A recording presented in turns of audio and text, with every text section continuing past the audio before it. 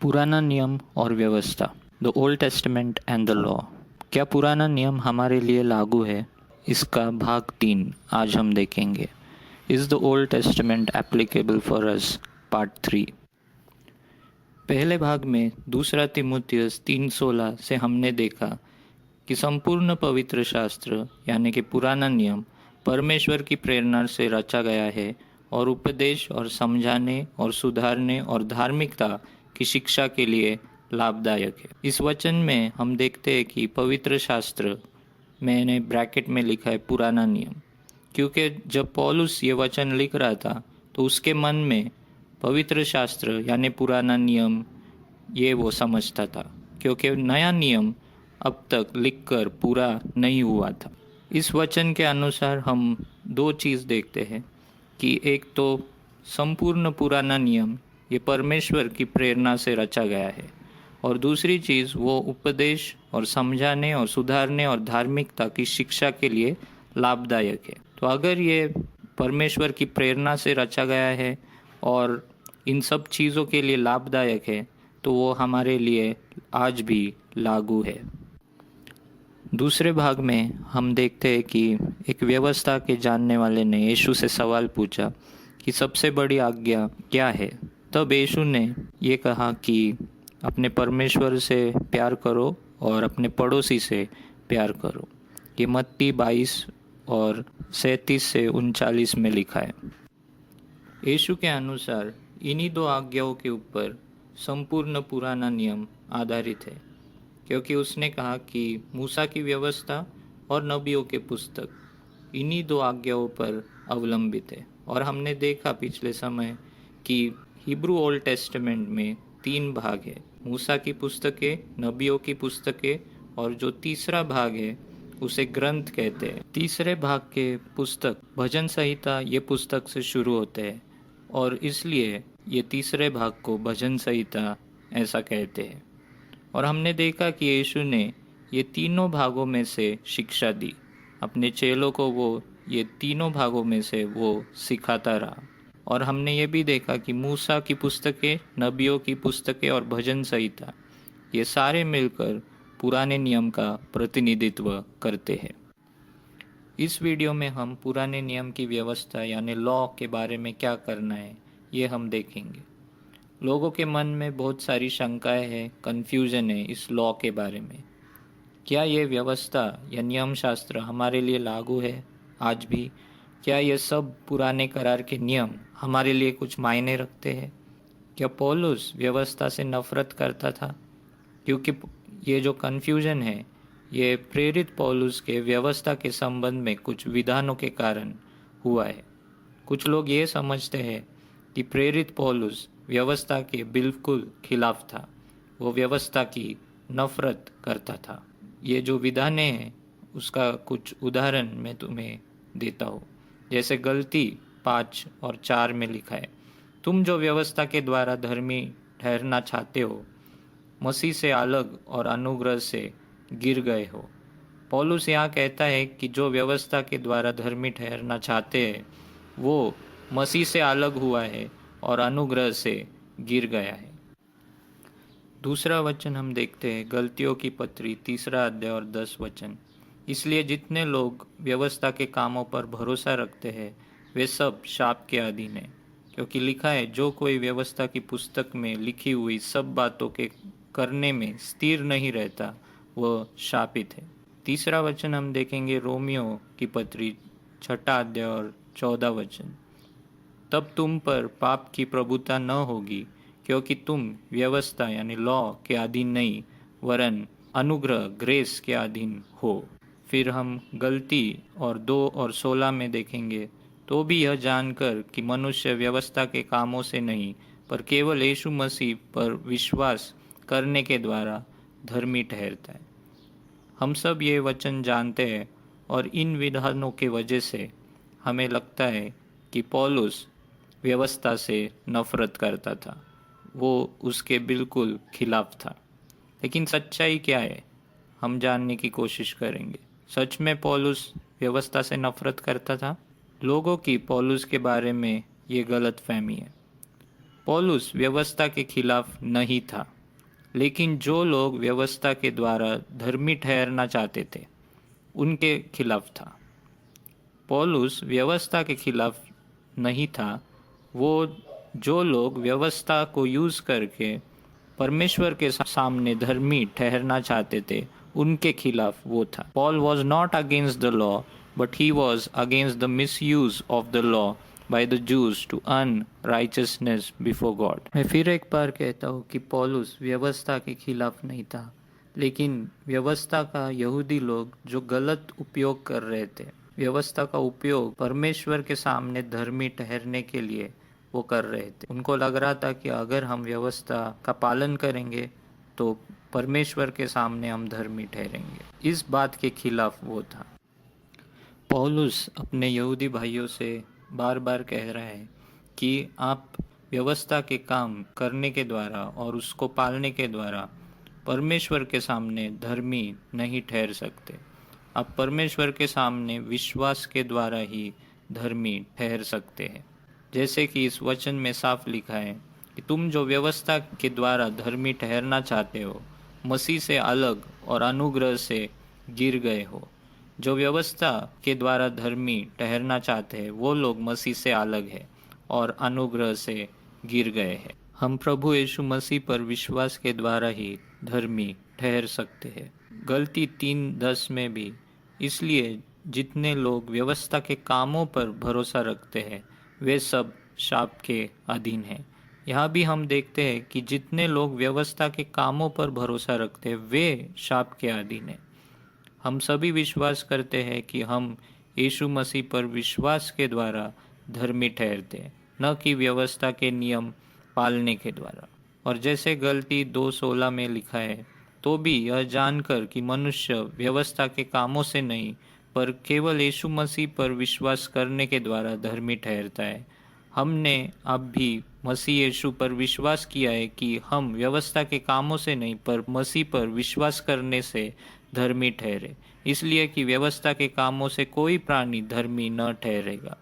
आपने देखा हर वक्त व्यवस्था के काम इसका उल्लेख किया है। रोमियो 6:14 में, तब तुम पर पाप की प्रभुता न होगी क्योंकि तुम व्यवस्था यानी लॉ के अधीन नहीं वरन अनुग्रह ग्रेस के अधीन हो। ये वचन कहकर लोग कहते हैं कि हमें व्यवस्था के नियम को नहीं पालना चाहिए।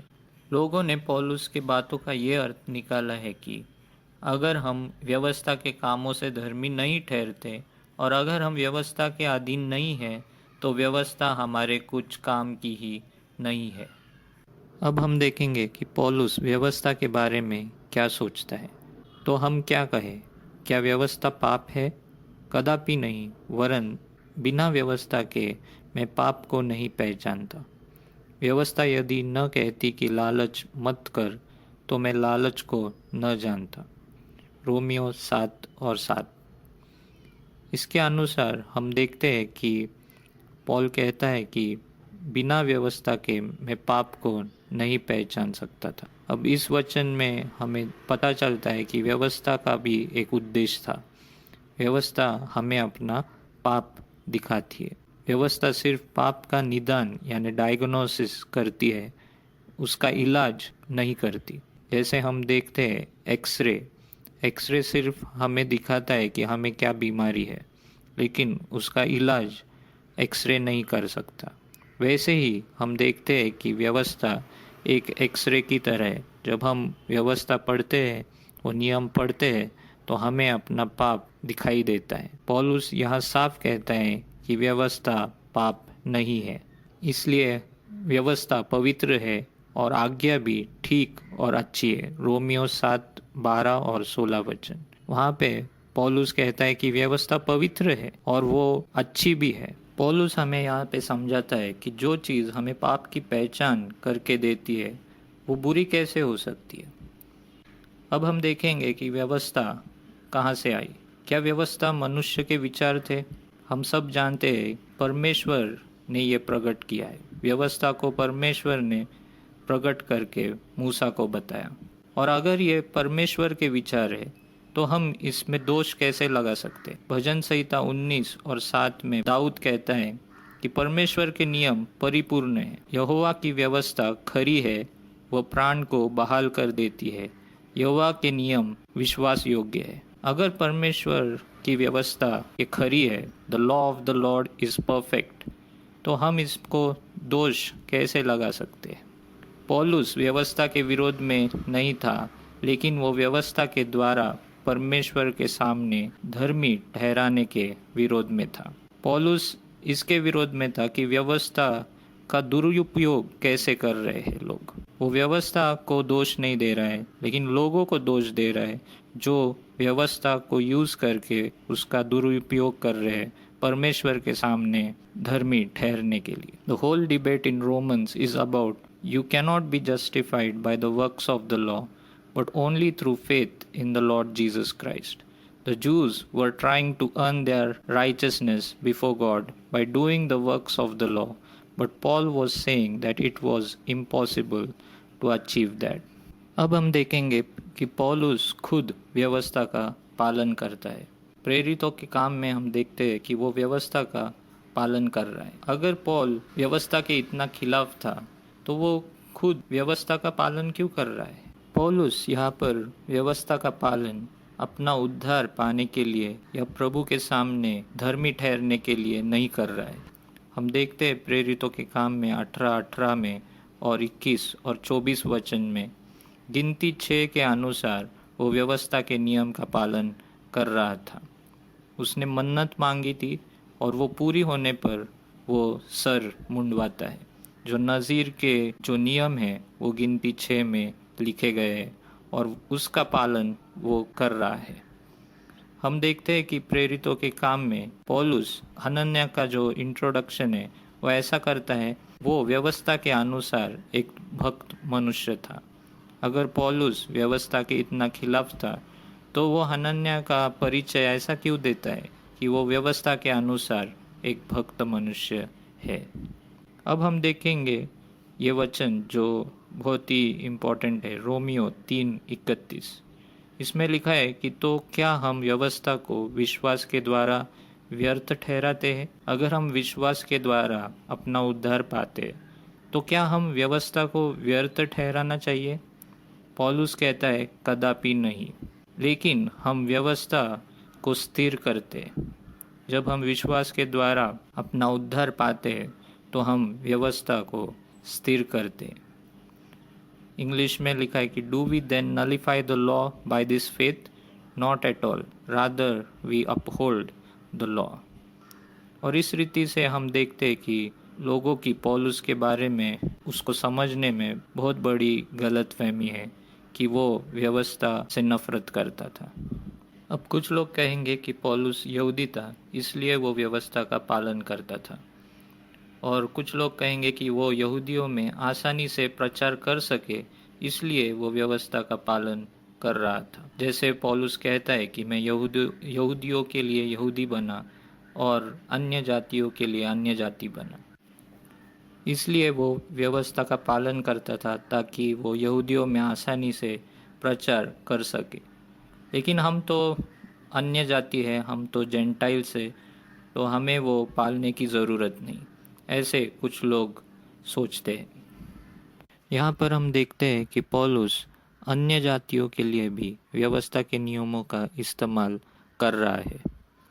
कुरिन्थ के लोग अन्य जाति से थे, फिर भी पौलुस उनके लिए व्यवस्था के नियमों का इस्तेमाल करता है। हम देखते हैं कि पहले कुरिन्थियों 9वें अध्याय में वो प्रेरितों के अधिकार के बारे में समझा रहा है। वो उनको समझा रहा है कि अगर मैं आपके बीच में आत्मिक सेवा करता हूँ, तो उसके बदले में अगर कोई मुझे मदद करे पैसों के रूप में, तो वो पैसे मैं ले सकता हूँ, उसमें कुछ गलत बात नहीं है।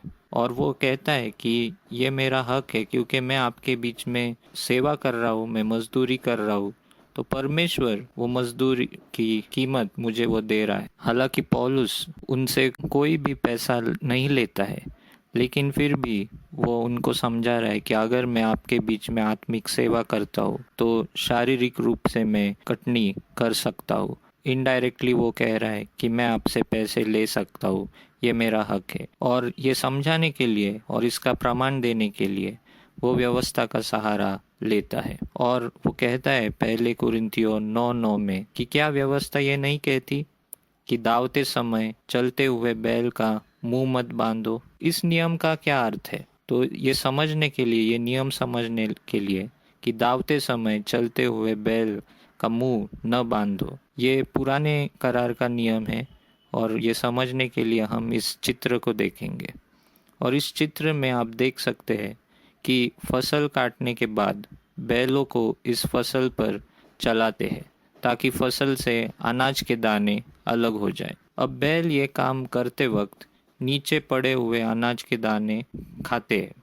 वो अनाज बैल न खाए इसलिए किसान बैलों का मुंह बांध देता है। लेकिन व्यवस्था में परमेश्वर कहता है कि बैल दावते समय उसके मुंह को मत बांधो। यानी परमेश्वर चाहता है कि बैल काम करते वक्त वो अनाज खाए, क्योंकि जब वो चलता है उस फसल के ऊपर और उसका अगर मुंह बंधा हुआ ना हो तो वो ज़रूर वो अनाज के दाने खाएगा। और वो खाते हैं उसके लिए किसान उसके मुंह पर वो कपड़ा बांध लेते हैं। लेकिन व्यवस्था में परमेश्वर कहता है कि दावते समय बैल का मुंह मत बांधा करो। इससे हमें पता चलता है कि परमेश्वर बैलों की भी चिंता करता है। लेकिन पौलुस इस वचन में कहता है कि क्या परमेश्वर को सिर्फ बैलों की ही चिंता है? इसका मतलब ये कि परमेश्वर इंसान की ज़्यादा चिंता करता है। अगर वो बैलों की चिंता करता है तो इंसान की कितनी ज़्यादा चिंता वो करता है, यह हमें इस वचन से समझता है। जैसे बैल खेतों में काम करता है और वो मेहनत करता है और उसके मेहनत का प्रतिफल उसे मिले, ऐसा परमेश्वर चाहता है। तो अगर परमेश्वर चाहता है कि बैल के मेहनत का प्रतिफल उसे मिले, तो वैसे ही इंसान के मेहनत का प्रतिफल भी उसे मिले, ये परमेश्वर की इच्छा है। इस नियम से हमें यह पता चलता है कि अगर परमेश्वर बैलों की इतनी चिंता करता है तो इंसान की कितनी ज़्यादा चिंता वो करेगा। और उसके लिए पहला तीमुथियुस 5:18 में ये नियम वापस हम देखते हैं। वहाँ लिखा है कि दावने वाले बैल का मुंह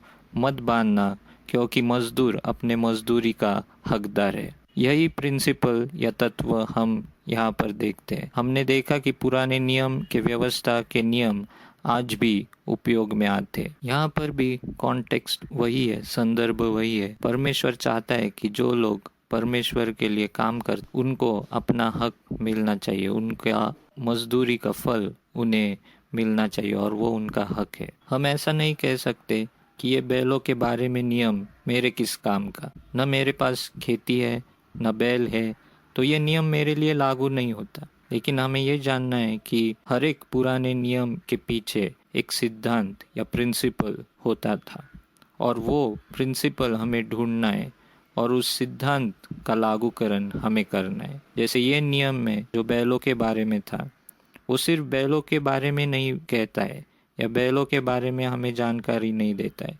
लेकिन ये लोगों के बारे में भी था। और वो सिद्धांत पौलुस कुरिन्थियों को समझा रहा है। पुराने नियम के व्यवस्था में 3 प्रकार के नियम हैं। नैतिक नियम यानी मॉरल लॉज, जो 10 आज्ञा जैसे नियम हैं। नागरिक नियम यानी सिविल लॉज, और विधियों के नियम यानी रिचुअल और सेरिमोनियल लॉज। नैतिक नियम ये परमेश्वर के स्वभाव या कैरेक्टर के ऊपर आधारित है। वो नियम हमेशा से है। मूसा को नियम देने से पहले लोगों को पता था कि खून करना पाप है। जब काइन ने हाबिल को मारा तो परमेश्वर ने काइन को दोषी ठहराया। परमेश्वर ने सदोम और गमोरा को भी व्यवस्था या नियम देने से पहले दोषी ठहराया था। इसलिए मैं कहना चाहता हूँ कि नैतिक नियम हमेशा से है, मूसा के व्यवस्था के पहले भी और बाद में भी। जैसा कि हमने देखा कि जब यीशु मसीह को सबसे बड़ी आज्ञा पूछी गई तो उसने 10 आज्ञाओं का सार बताया। पहली 4 आज्ञाएं परमेश्वर से प्यार करो और बाकी की 6 आज्ञाएं अपने पड़ोसी से प्यार करो। इन्हीं के ऊपर सारी व्यवस्था और नबियों के पुस्तक अवलंबित है। यीशु के परिपूर्ण बलिदान के द्वारा सेरिमोनियल लॉज या विधि के नियम पालने की ज़रूरत अब नहीं रही। इब्रानियों की किताब में हम वही देखते हैं और वहाँ पर जो लिखा है कि पुराना जो है वो लुप्त हो रहा है और लुप्त हो गया है, वो इन्हीं सेरिमोनियल लॉज के विषय में लिखा है, नैतिक और नागरिक नियम के विषय में लिखा नहीं है। विधियों का नियम तो रद्द हुआ है, फिर भी हम उससे आज आत्मिक बातें सीख सकते हैं। उदाहरण के तौर पर जैसे लेविय का पुस्तक, जो लेव्य व्यवस्था है, वो पुस्तक पढ़े बिना इब्रानियों की पत्री हम समझ ही नहीं पाएंगे। यीशु मसीह ने हमारे लिए जो परिपूर्ण बलिदान क्रूस पर दिया, वो निवास मंडप में जाके, जो मेल मिलाप का जो मंडप है उसमें जाके उससे वो पवित्र किया, वो भी हम जान नहीं पाते। पहला कुरिन्थियों 9:9 में हमने नागरिक नियम का उदाहरण देखा। तो इस रीति से हम देखते हैं कि चाहे नैतिक, नागरिक या विधि के नियम हैं, सब हमारे लिए उपयुक्त है। विधि के नियम हमें पालने नहीं है, लेकिन फिर भी ये नियम से हम आत्मिक बातें आज भी सीख सकते हैं। हमारा उद्धार व्यवस्था के कामों पर आधारित नहीं है, लेकिन कृपा के द्वारा उद्धार होने के बाद नियम पालना ज़रूरी है। यीशु ने कहा कि अगर तुम मेरे चेले कहलाना चाहते हो तो मेरी आज्ञा को आप मानोगे, और जो मुझसे प्रेम रखते हैं वो मेरी आज्ञा को मानेंगे।